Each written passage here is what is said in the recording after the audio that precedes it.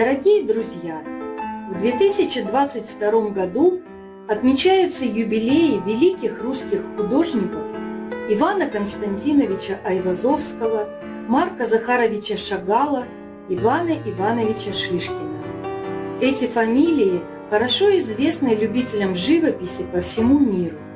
И сегодня мы приглашаем вас в творческую галерею знаменитых художников-юбиляров. Русское искусство очень богато талантами.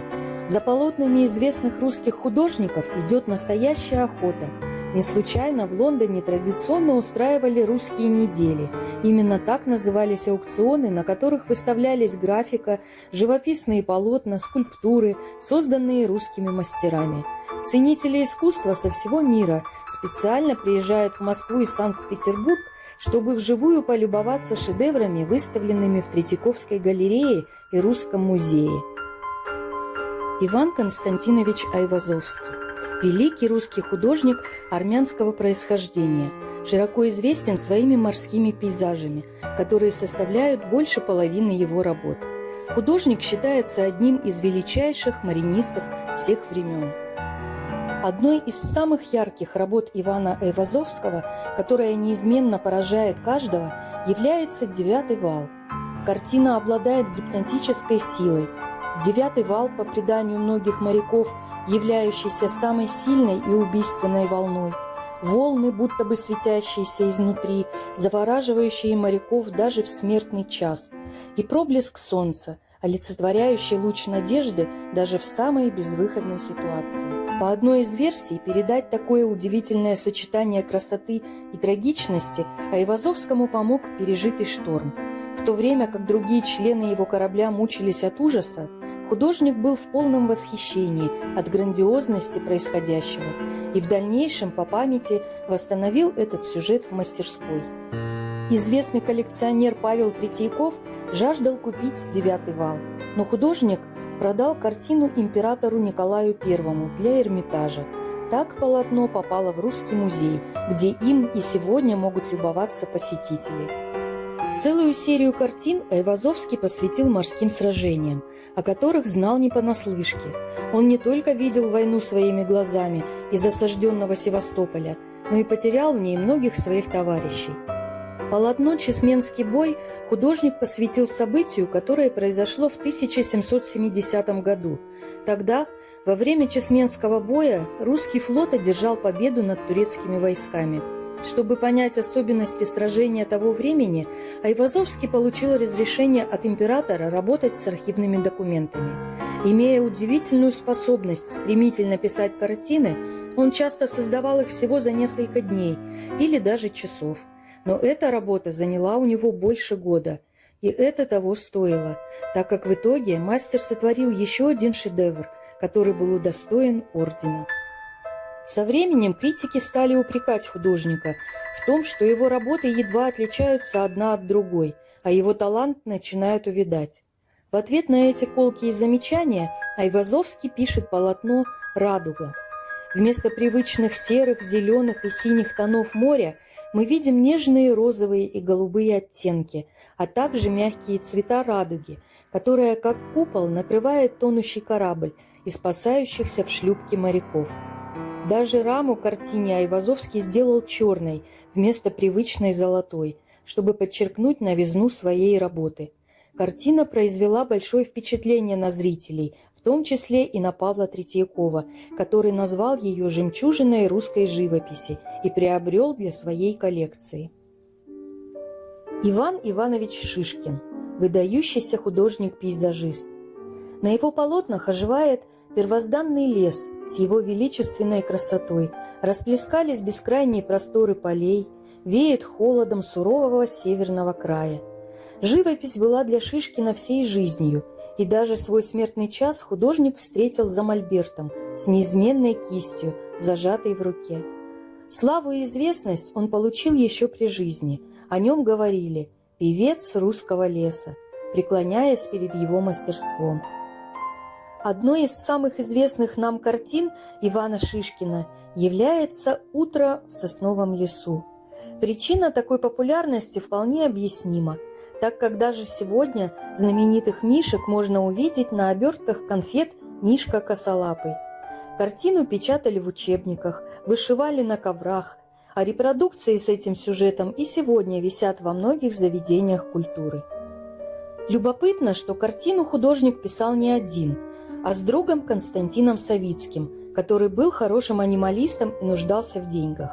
Так как Шишкин специализировался на пейзажах, а не на изображении животных, он создал эскиз медведей и передал эту часть работы Савицкому.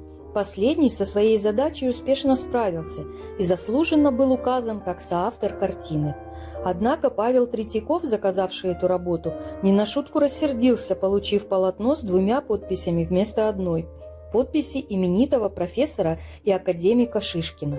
Недолго думая, он стер фамилию Савицкого, из-за чего произведение приписывалось только Шишкину. Основатель Третьяковской галереи посчитал, что по замыслу и исполнению эта картина полностью соответствует творческой манере именно Шишкина. Знаменитая картина «Рожь» фактически вернула художника к жизни после тяжелейших драматических событий. За короткий период Шишкин потерял 2 своих сыновей, жену, отца, лучшего друга и погрузился в отчаяние. После долгих лет душевных мук живописец все же нашел в себе силы отправиться к матери и по дороге был заворожен прекрасными видами лекарского поля недалеко от Елабуги. В этой картине сплелось воедино все богатство природы. Здесь и мощные вековые сосны, напоминающие нам о силе и стойкости природы, и богатая рожь, символизирующая изобилие, и дорога с идущими вдалеке путниками, и пышно растущие полевые цветы, и взметнувшаяся стая птиц. Все это создает целую симфонию жизни, которая не оставляет равнодушным того, кто с ней соприкасается. Картины Ивана Шишкина высоко ценятся на аукционах. За последние 2 десятилетия на разных торгах было продано 456 его работ на общую сумму 48 миллионов 700 тысяч долларов. Самым дорогим полотном Шишкина стала картина «Сумерки». Ее выставили на лондонских торгах в 2013 году. Конечно, картина такого уровня немедленно привлекла внимание и привела к жаркой борьбе участников аукциона. В итоге работу купили за 2 миллиона 158 тысяч фунтов стерлингов. Шишкин оставил после себя наследие, которому суждено обрести бессмертие на века. Марк Захарович Шагал был одним из самых знаменитых художников-авангардистов, чьи заслуги получили мировое признание еще при жизни. Марк Шагал – великолепный колорист, мастер импровизации. Он положил начало целому направлению живописи XX века – сюрреализму. Искусство Марка Шагала многие не принимали, считали слишком непонятным и не заслуживающим места среди живописи понятной. Но именно эта неповторимость, это следование своим ценностям обеспечило ему большую славу. К числу наиболее известных картин Марка Шагала относятся картины «Прогулка» и «Над городом», образующие вместе с полотном «Двойной портрет» триптих. Эту серию художник посвятил жене Белли, которая до конца его долгой жизни была для него музой и любимой женщиной. На всех 3 картинах мастер метафорично изобразил себя и Беллу, их чистую любовь и те прекрасные ощущения, которые переживают влюбленные. Так, на картине «Двойной портрет» счастливый художник восседает на плечах своей возлюбленной, а над ними парит ангел, символизирующий их дочь. Может вызвать недоумение тот факт, что на холсте мужчина сидит на плечах хрупкой женщины. Но такой поворот сюжетной линии автор выбрал не случайно.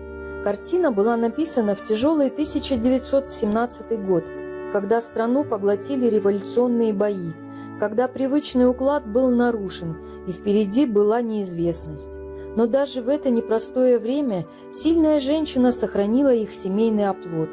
Даже в такой ситуации они способны возвыситься над тяготами жизни и сохранить свою любовь. На международных аукционах работы Шагала пользуются большим спросом. На сегодняшний день самой дорогой его картиной считается работа «Влюбленные». На холсте мы видим чувственные объятия самого художника и его жены. а также излюбленные приемы Шагала пересекать одно пространство совершенно другим. Картину выставили на торги Сотбис в 2017 году за $12 миллионов. Однако этот порог не только не отпугнул желающих коллекционеров, но и был превышен более чем вдвое. В результате итоговая стоимость продажи составила $28 450 000. Бессмертными полотнами великих художников восхищаются миллионы людей. И это не просто картины века, это картины на века.